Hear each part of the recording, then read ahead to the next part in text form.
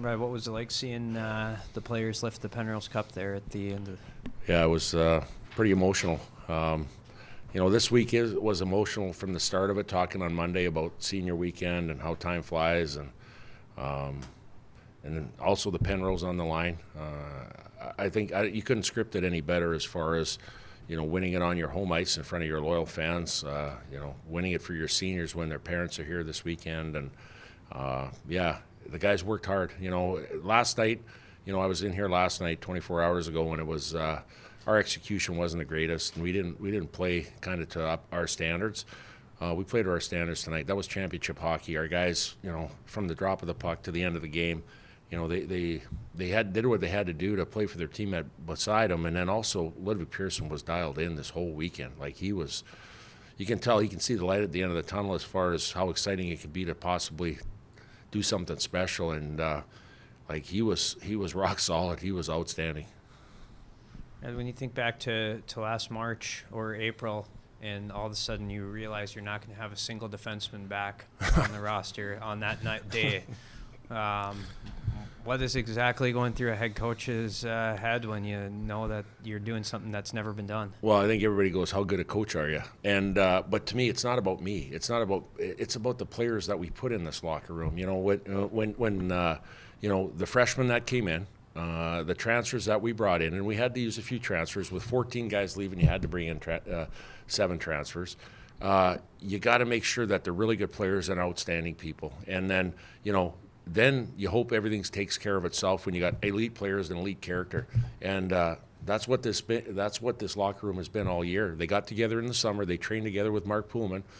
They started the year and we built and grew our team. And we had a tough schedule in the non-conference, playing BU and Minnesota and a ton of teams.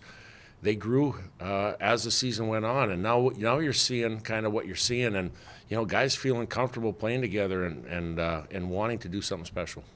When this transfer started coming in and committing, did you have a sense that you guys could build a pretty good team? Like when you Pike committed and Pearson and Smolek, did you start sensing that, hey, maybe there's something here? Yeah, well, you know what? I think, once they went in and then you watch some video and you see kind of what role they played on their team, then you know that, okay, this guy made an impact on their former team, right? Like, Keaton Pearson's playing with Hughes on the back end in Michigan, and they're winning games. And, even though that Keaton doesn't get the accolades that Hughes does and some of those other players, he was a big part of winning. And you look at, Britt and Pike and Fairbanks and some of these guys, and Z, and Z sat out with an injury the year before, so he didn't really play the whole year. But at the end of the day, you went on word of mouth of what people talk about these guys and how they can play and what their character is. And we needed that. Like, at the end of the day, we needed guys that were in the trenches of college hockey of what that looks like, which helped give our young guys time to develop here. So, it was a big deal, and getting the right guys and putting them in the right seats. And maybe adding a little bit of toughness on the back end. I mean, you guys blocked 26 2 nights in a row. Is that something you were conscious of in putting this team together? Well, you know what? I think we always pride ourselves at North Dakota in blocking shots, but I think you're seeing the analytics go up a lot over the last few weeks because we're getting close to championships, playoffs and championships, and trying to lock things down. And guys know that, and it's a time of year you have to. We had Bennett Zamolik out of the lineup tonight because he ate so many shots last night, and believe you me, he wanted to play, but it wasn't probably the right thing to do. Those are the guys that they'll do whatever it takes to win games and win championships, and that's a little part of North Dakota, our culture. So you sense Molik isn't long term? No, he's day to day. To me, I mean, we'll have tomorrow off. We'll practice Monday or get back in here and do a maintenance day on Monday. And I would, knowing Bennett Zamolak and knowing his character and knowing how tough he is, I would believe he'd be available next weekend. But we'll see on Monday. Virgil and I were talking about Zomak last night and some of the former D-men that you may have played with or coached. Who would he compare to? Because we thought maybe it might be kind of like a throwback, like a Ludwig, or what was that? Craig Ludwig.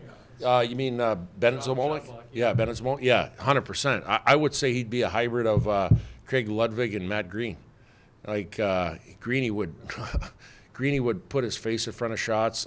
So would Craig Ludwig, but I remember, coaching Greeny my first time around here as an assistant coach running the D, and, Greeny, we wear the cage masks, and he would eat so many pucks, and he'd get them in the face and stuff, or in the mask, and his mask would be mangled and dented, and, our equipment manager would say, let's change it out. He goes, no, I'm just going to keep wearing it. And I remember, the other opposition looking at him like, what are you doing? Like, this thing is just bent out of shape. He goes, no, that's what I do, kind of thing. And it's a mentality. Like, for Bennett Zamola to dive in front of Colangelo's shots, the one-timers coming across, you have to have courage. He has a ton of courage, knowing that you could get dinged up. And that's what wins games. I was taking pictures behind the net last night, and Z took that puck, and he was limping off. Yeah. And I thought, he's done for the night. And then next thing you know, he's right back on the ice again. I mean, that speaks a lot to his character. 100%. And, you don't know what they're feeling. Obviously they're in a lot of pain. But I think it goes to show you how much they care for this program. And Bennett Zamola's his first year in our program this year. But I think it tells you what they think of our program and how much they care about their teammates. And for him to come back, you're right. I mean, I guess I wasn't surprised, but you're proud of those guys that do that. Just a quick one about tonight, Yeah. Brad. What makes this one different than the other 6? I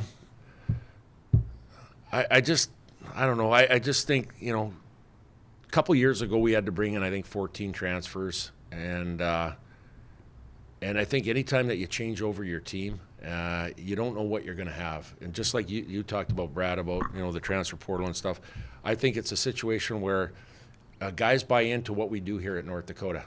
Whether you're here long-term or short-term, they buy into what we do here and what we do in our culture here. And that's a big thing for me. And I don't know. I just think at the end of the day, it never gets old winning this thing, but it's so tough. I think it's the hardest league championship trophy to win in college hockey.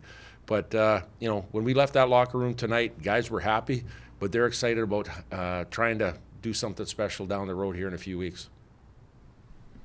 Thank you. Yeah. Coach, sorry. Yeah, I just got one last one. I for you. apologize. No, that's okay. Yeah.